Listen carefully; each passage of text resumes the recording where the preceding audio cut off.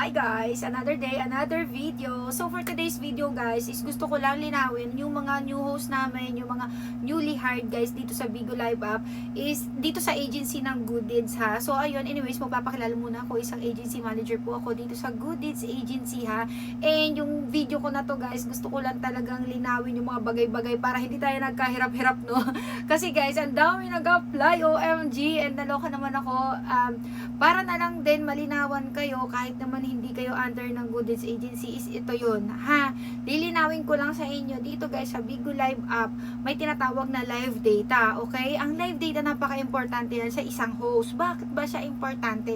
Dito kasi malalaman mo kung kota ka na sa hours, time, in days. Iyang tatlo na yan guys, importante yan na malaman mo na mahihit mo kasi pag hindi mo yung tatlo na yan na-hit, hindi ka po sasahod sa Bigo Live App. And may tinatawag dito na kotahan, okay? Pag kailangan kota ka sa beans ng any dyan sa salary table na yan na mahihit mo, may 6K, may 10K, and marami pa hanggang 1 million, maraming option. Basta ayan, kung alin yung mahit mo dyan na beans, kailangan may ka-partner siya na hours na 40 hours and 15 days. Ayan, tatlo na yan. Lagi siyang may kasama yung beans na hours and days ha. Lagi siyang ganun. Basta pag hindi mo na-hit yung tatlo na yan, huwag ka ma-expect ng sahod, okay? Dahil ang daming new host and natutuwa ako kasi ang dami nyo. And ayun, sa sobrang tuwa ko, ito nag-contact ako para talagang may idea kayo. And yes, ang live data is napaka-importante talaga dyan. Hindi lang dahil malalaman mo yung kung kota ka na or sasahod ka na. Yan kasi yung isa na sign namin na official Bigo host ka na. Kaya congrats dahil may live data ka na. Ibig sabihin kapag nakakota ka dyan dahil official Bigo host ka na, sasahod ka na sa Bigo. Ganun lang kadali. And ito ang pinaka number 1 na laging mali nung iba sa pagkakaintindi. May langaw talaga lumilipad dito sa studio. So, ayun, ko. So, anyways, huwag tayo magpa-distract. So, anyways, ganyan. Ito guys, yung live data ha. Katulad nito, may nagtanong kasi sa akin, ma'am, kota na ba ako? Kasi sa wallet, yung wallet niya, sinad niya, ito yung wallet niya, yan. Ayan yung wallet niya. Hindi dyan titingin B kapag kota ka na sa Bigo. Hindi po sa mga wallet natin sa Bigo Live App titingin kung sahod na kayo.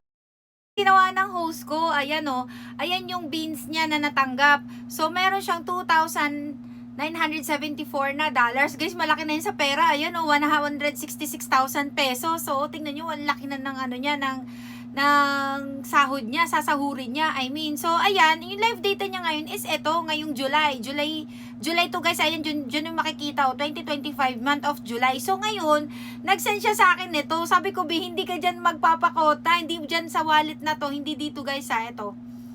Eto, hindi dito sa dilaw na to magbe-base kung kota na kayo, okay? Dito po kayo magbe-base sa salary table, ay sa live data. Ito yung live data guys na tinatawag. Ito, live data. So ngayon, nakaka 10 days ka na. So hindi pa yan pasok kasi kailangan 15 days. Dito naman sa hours, so 28 hours and 49.49. So hindi ka pa dyan, kota sa dalawa na yan. So yung beans mo, 15,000. Oo, may beans ka na dun sa wallet mo na 6,000, 600,000. Hindi naman dyan magbe-base. Pag official Bigo host ka, dito ka magbe-base sa live data mo para sumahod ka. Kung alin yung mahihit mo. Yung salary table na sa dulo, ito. Ayan, nakikita nyo tong salary table na to, host commission guide. Kung alin dyan guys, yung mahihit nyo na makikita nyo dito sa live data nyo, yun yung sasahurin nyo. Kaya nga sabi ko kanina, diba? Palagi kayong mag-check ng live data nyo ng days, hours, and beans. Kasi yung tatlo na yan, B, ito yung magiging sahod nyo sa dulo. Ito, ayan ang magiging sahod nyo. Katulad nito, ito yung live data, 'di ba? Isipin mo nakahit siya ng 1 million. So pasok na siya kasi may 1 million dito, 'di ba? Ayan 1 million. So mayroon siyang mga 600 or 500,000 sa pera ha. Computin niyo na lang 'yan. Basta ayan yung $3,300. Tapos, ito yan guys, so naka 28 days. Eh, di ba sa days, kailangan lang 15 days? So, tapos ito naman, naka 78 hours siya. O, ayan, isipin mo yan. Ito, dito kayo magbe-base palagi sa, sa salary table. Kung ano yung nahihit nyo dito sa live data nyo. Ganyan po, magbasa ng live data ha. Huwag kayong malito. Kung ano yung nasa live data nyo, tignan nyo kagad yung salary table ng isang Bigo host. Kasi guys, yung salary table guys, ng Bigo is iisa lang yan. Okay? Tinuturo ko lang for today's video kung paano magbasa ng live data, paano mo malalaman kung kota ka na, and ano na yung mga bins na nahihit mo. Palagi dapat at saka dapat may copy kayo ng salary table, guys. Keep it to your phone. Palagi ko tong sinasabi dito, guys, sa GC namin, sa mga new host namin na, guys, ito yung salary table. Kasi isipin mo, pag hindi ka nakahit kasi dyan, wala ring hindi mo na-hit yung isa dyan sa mga salary table ni Bigo Live Up, huwag ka mag-expect ng sahod. Kasi nga, sabi nga ni Bigo, sasahod ka once nakahit ka ng any quota bins, 40 hours or mas mataas, hindi mas okay para so mas maganda sobrahan nyo palagi yung hours.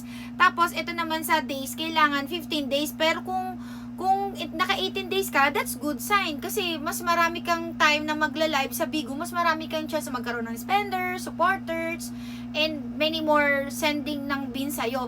The more kasi dito, guys, sa Bigo Live Up na marami kang supporters, friends, nakikilala, or sino pa ba yung magiging gifter mo, tas makakakolek ka ng mga ganyang bins, yan yung magiging sahod mo. Basta lagi nyong tandaan dito sa sinasabi kong vlog na to is palagi kayong mag-check. Wag po tayong, ma'am, quota na ba ako? Kasi yung salary day last month is puro sila sa wallet nakatingin. Sabi ko, yung pala na too much information na sila. Kaya ito, nag-create talaga ako ng bagong video. Syempre, para na rin sa mga bagong user and ma-update na rin kayo.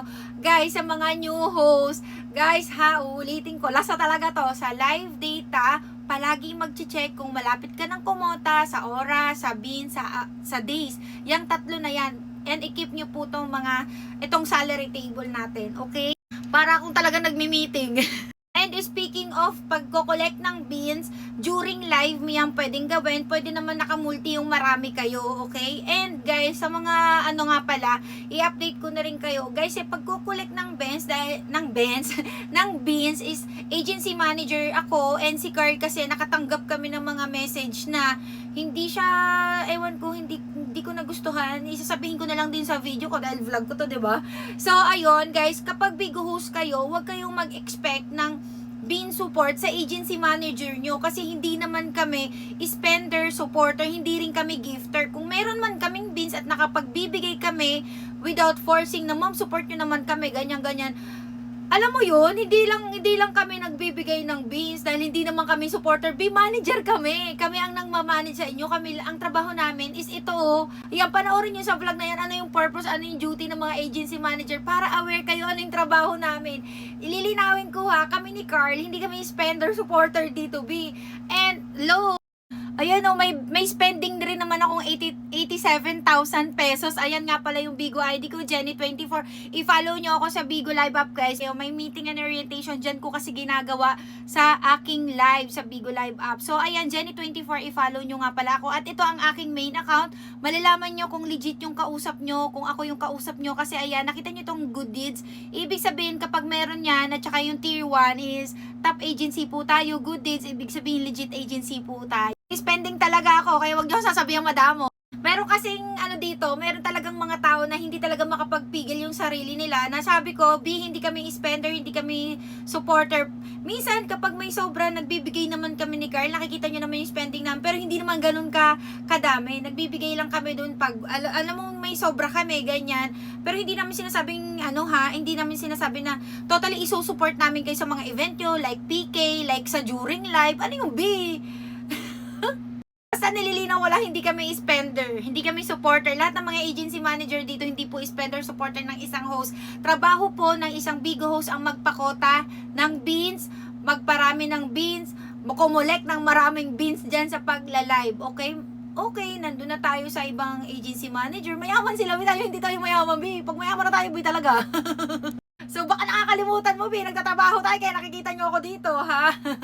Kaya ang advice ko lang sa inyo, sa mga bagong host, maging independent kayo, magtiwala kayo sa sarili na makakatanggap kayo ng maraming beans, okay? So, ayun lang, sana may natutunan kayo sa aking video, and kung naghahanap kayo ng agency is wala pa kayong nahanap talaga, dito lang aking FB, check nyo lang ako ng How Interested Apply. Sana may natutunan kayo sa aking video, and share mo to sa mga kaibigan mo, sa mga gustong magbigo ako na mag-explain sa kanila kung paano kumita dito. Para chill ka lang, ganun. Bye! Thank you for watching. Don't forget to like and subscribe! Bye-bye!